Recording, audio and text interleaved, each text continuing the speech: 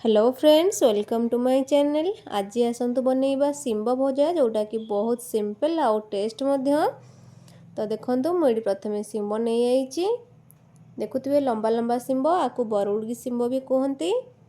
देखुवे तो आम आपको बर्तमान काटिदबा, छोट छोट करी काटिदबा।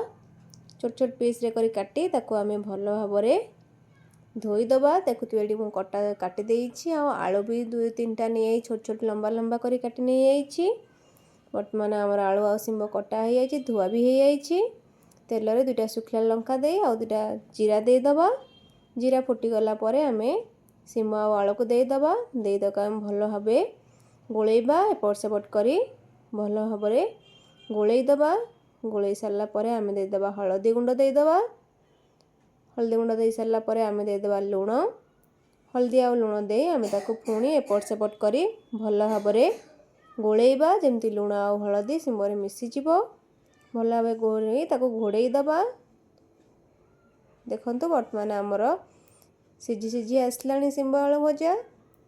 आम ताको जारिबा, जिते जारिबा भजाटा सेते टेस्ट लागिबो। थरे एमती ट्राए करन, देखिए बहुत इजी आउ टेस्ट मध्य टेस्टी मध्य। ट्राए करंतु। जदि मो रेसिपीटा भल लगी ताल लाइक एंड सब्सक्राइब शेयर करंतु। रहिली। जय जगन्नाथ।